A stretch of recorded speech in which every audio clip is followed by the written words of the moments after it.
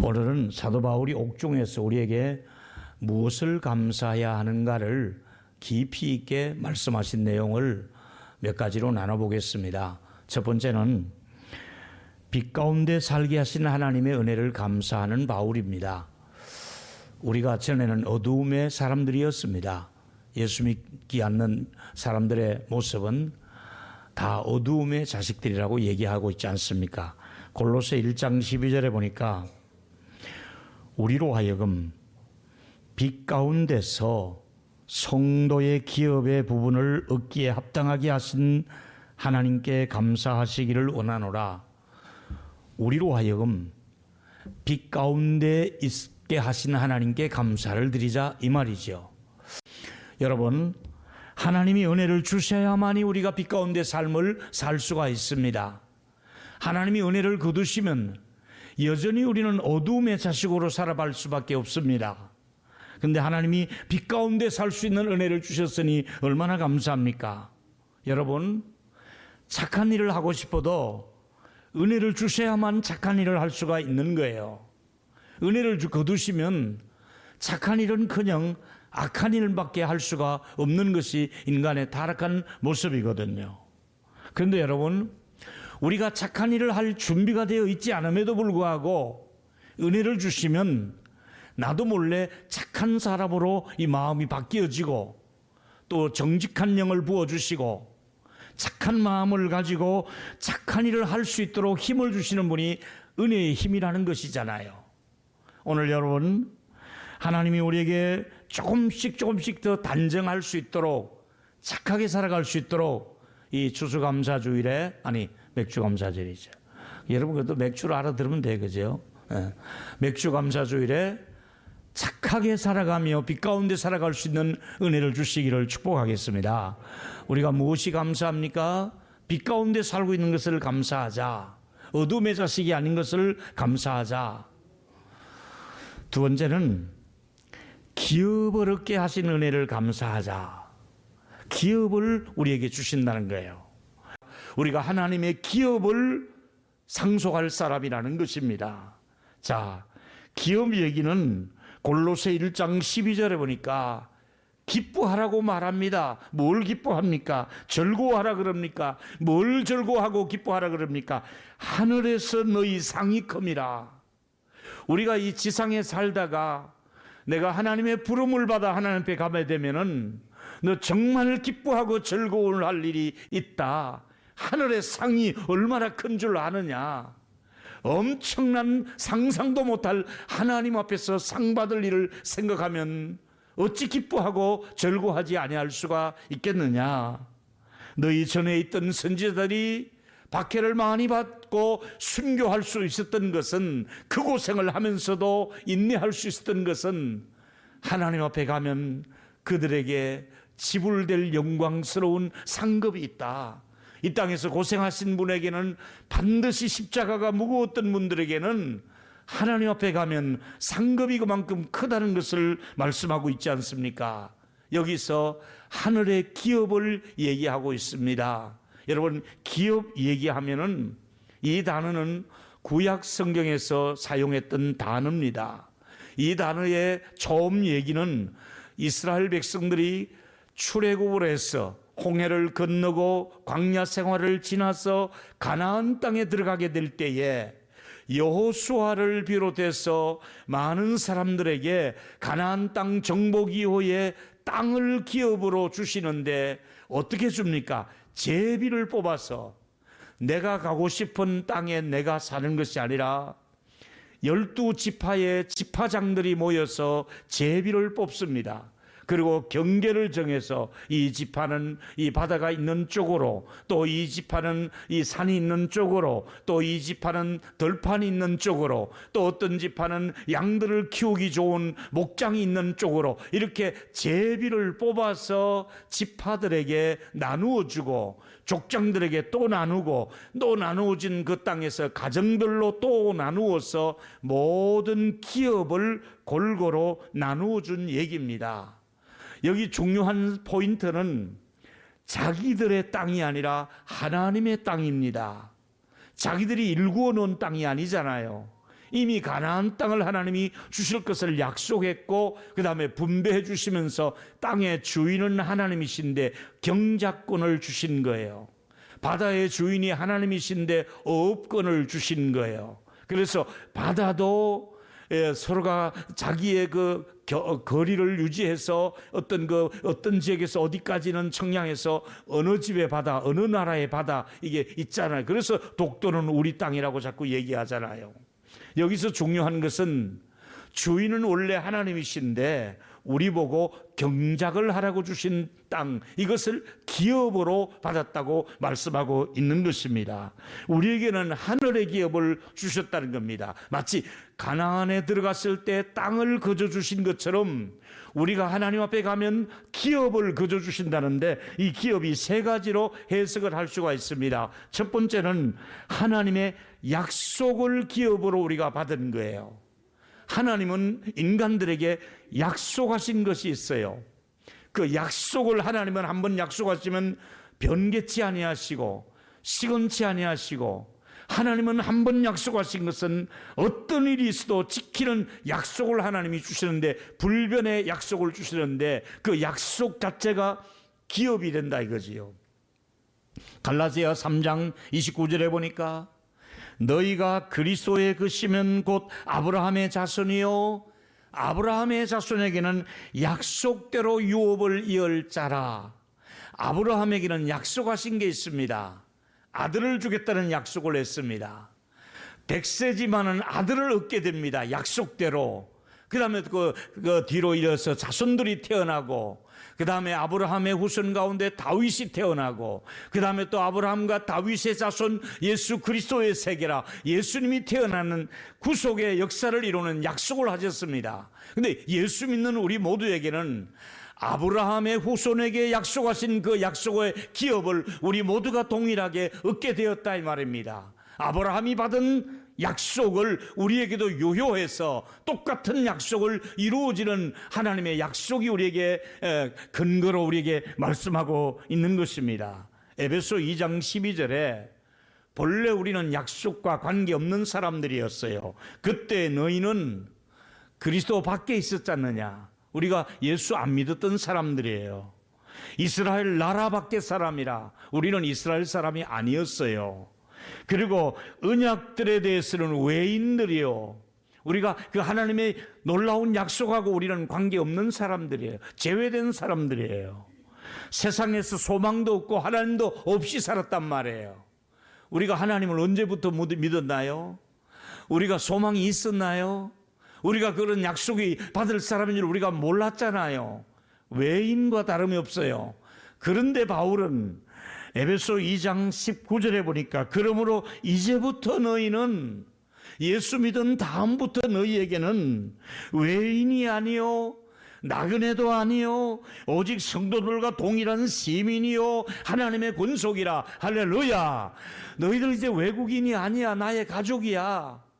너희들 이제 약속 밖의 사람이 아니야. 이제는 너희들이 나의 약속에 해당된 사람들이야. 너희들도 나의 이 약속의 언약을 누릴 수가 있고 이 놀라운 특권을 누릴 수가 있다고 말씀하며, 너희들이 내 약속의 기업을 받을 사람들이다, 이렇게 말씀하고 있지 않습니까?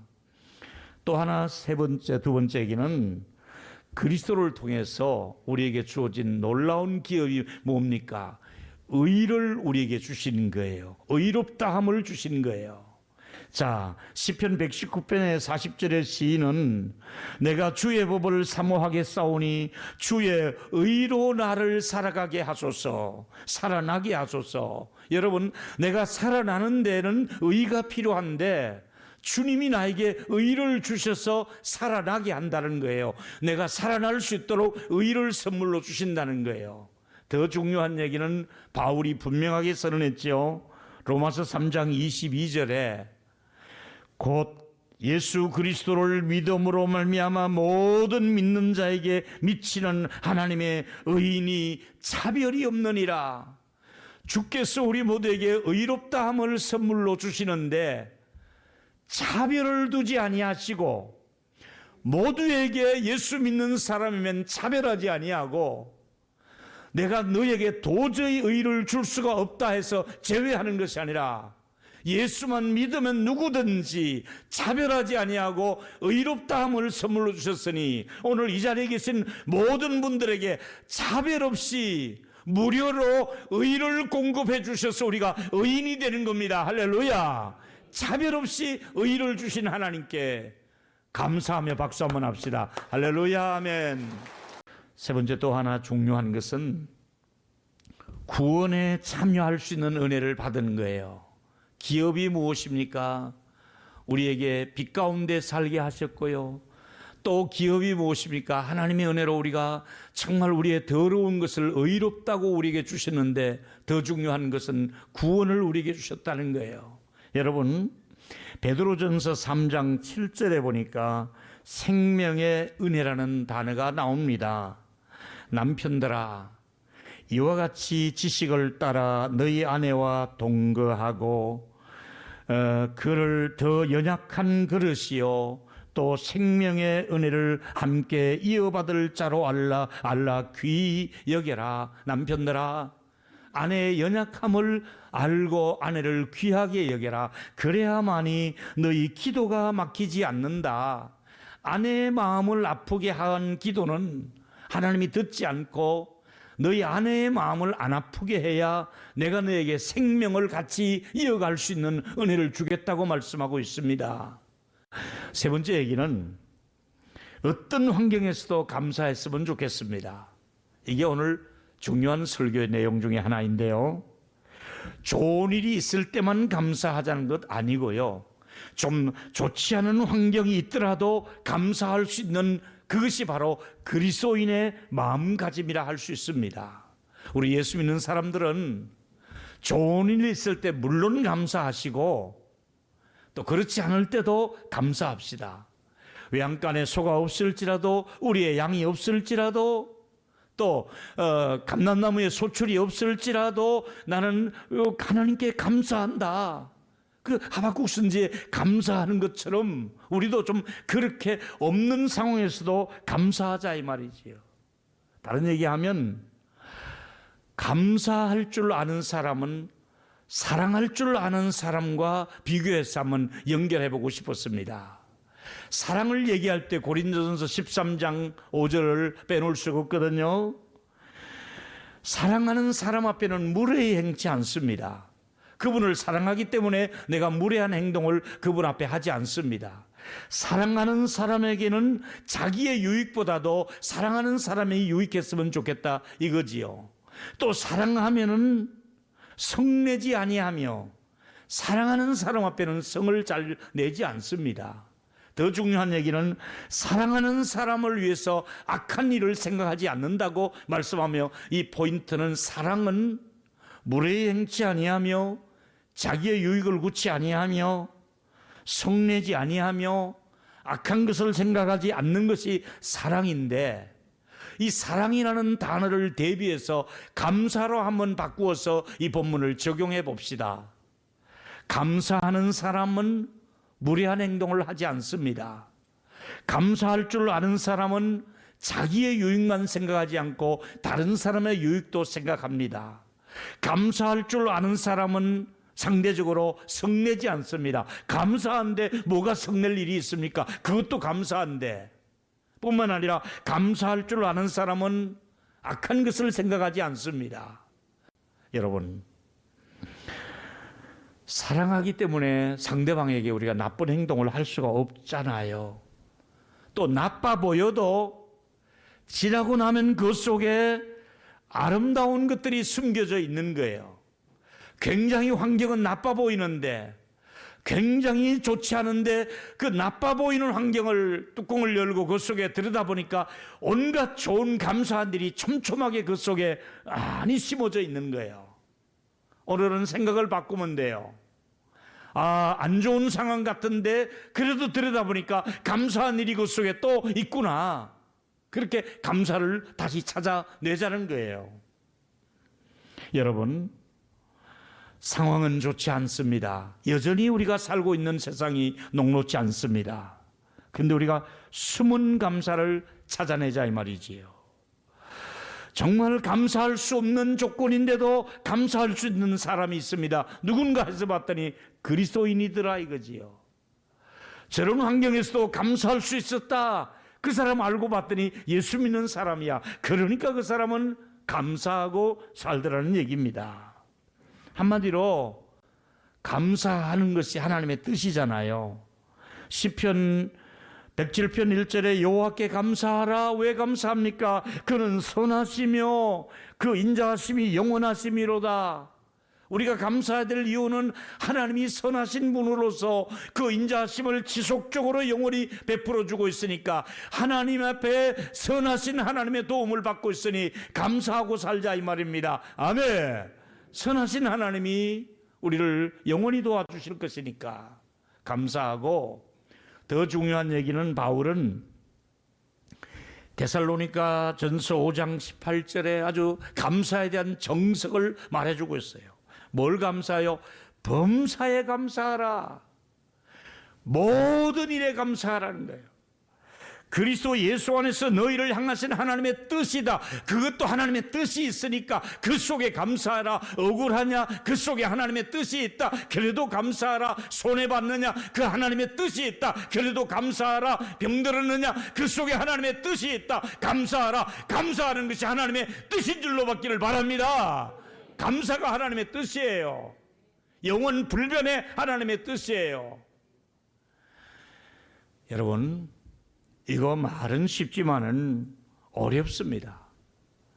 우리는 지금 코로나와 더불어 1년 반 동안 예배가 축소되고 경제생활이 일상적으로 누렸던 모든 것들을 다 우리는 놓쳐버렸습니다. 그래서 속상함, 불편함, 억울함, 답답함, 이런 모든 것들이 짜증나는 일이 계속되었습니다마는, 오늘 제가 이 설교를 준비하면서 우리 공동으로 하나님께 고백하고 싶은 얘기를 하나 담았습니다. 같이 저를 한번 다 한 사람도 예외 없이 따라했으면 좋겠습니다. 그래도 감사합니다. 한 번 더. 그래도 감사합니다. 할렐루야. 우리 그래도 감사하지 않습니까? 그래도 보호해 주시지 않습니까? 그래도 우리 자녀들 지금 잘 건재하고 있지 않습니까? 그래도 우리가 먹고 입고 쓰고 살아왔지 않습니까? 코로나 바이러스가 우리 주변에 그렇게 많은 사람들이 어려움을 당해도 우리를 보호해 주지 않았습니까? 그래도 감사한 일이 너무나 많은 거예요. 여러분들에게 힘들었던 일들을 마음속에 담고 그것이 있어도 그래도 감사합니다. 그래도 감사합니다. 우리 7번 감사합시다. 손꼽아 가면서 그래도 감사합니다. 시작. 그래도 감사합니다. 그래도 감사합니다. 그래도 감사합니다. 그럼에도 불구하고 감사합니다. 그래도 감사합니다. 그래도 감사합니다. 그래도 감사합니다. 할렐루야. 이러이러한 안 좋은 일이 계속되었음에도 불구하고 그래도 감사합니다. 그래도 감사합니다. 여기 앉아있는 것만 해도 감사합니다. 내가 숨 쉬고 있는 것만 해도 감사합니다. 우리 친구들이 요즘 은퇴를 앞에 놓고 모임은 하는 얘기가 그겁니다. 한 40년 이상, 저는 이제 한 50년 가까이 돼 가잖아요. 하나님 앞에 일했으니 너무나 감사하다. 너무나 감사하다. 코로나 중에서도 그래도 자리를 지켜주는 성도들이 있으니 감사하고, 어려운 중에서도 온라인으로도 감사 예물을 보내주시는 분들이 있어서 감사하고, 예배당 문을 닫지 않은 것 감사하고, 너무 감사하다. 비록 짜장면 한 그릇을 먹어도, 순댓국 한 그릇을 먹으면서도 우리 정말 감사하자.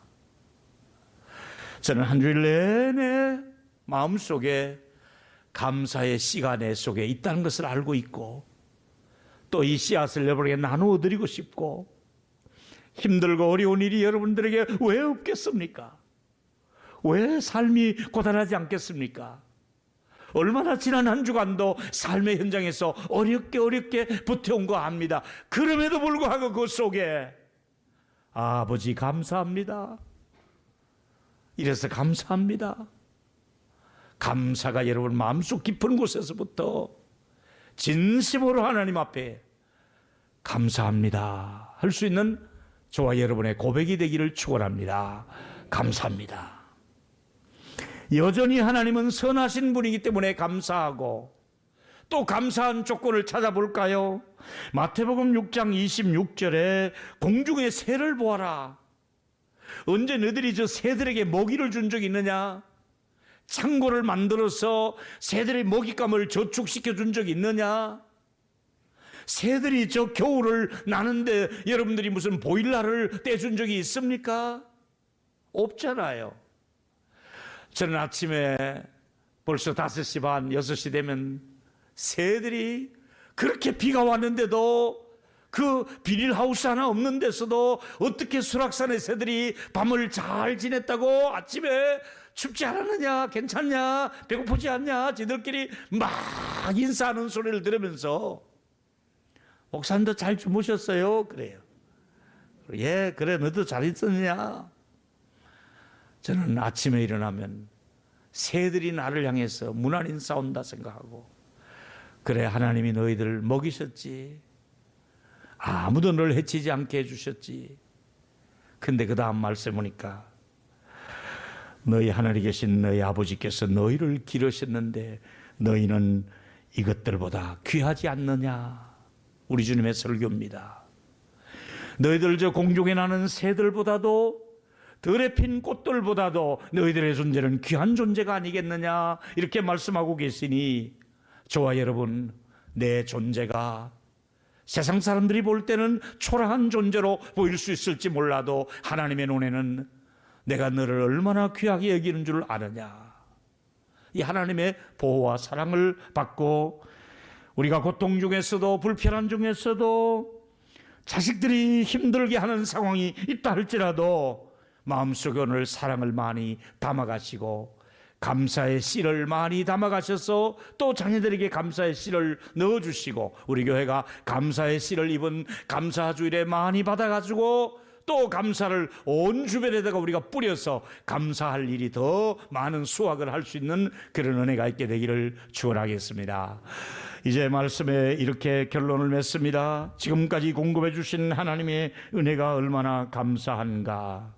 우리가 하나님을 멀리 할 때도 우리를 버리지 않고 가까이 계신 하나님 얼마나 감사합니까? 자격 없는 죄인들에게 은혜를 주신 하나님 얼마나 감사한지 모르겠습니다. 탐욕에 이끌려 사는 우리들에게 오늘까지 공급해 주시고 이제까지 지켜주신 은혜를 감사하면서 마지막 3가지의 감사의 이유를 말씀드립니다. 첫 번째, 빛 가운데 살아오게 오신 것을 감사합니다. 아멘 하시고, 우리가 어둠의 자식들인데 빛 가운데 나오게 하신 것을 감사하고, 두 번째, 기업을 얻게 하시는 하나님 은혜 감사하시기 바랍니다. 하늘의 기업이 있다 이거지요. 하늘의 상급이 있습니다. 세 번째, 어떤 환경에서도 은혜를 베푸시는 하나님께 감사하며 때를 따라 돕는 은혜를 지속적으로 우리에게 주셔서 다음 주에 더 감사할 일이 많을 수 있는 저와 여러분이 되기를 축원합니다.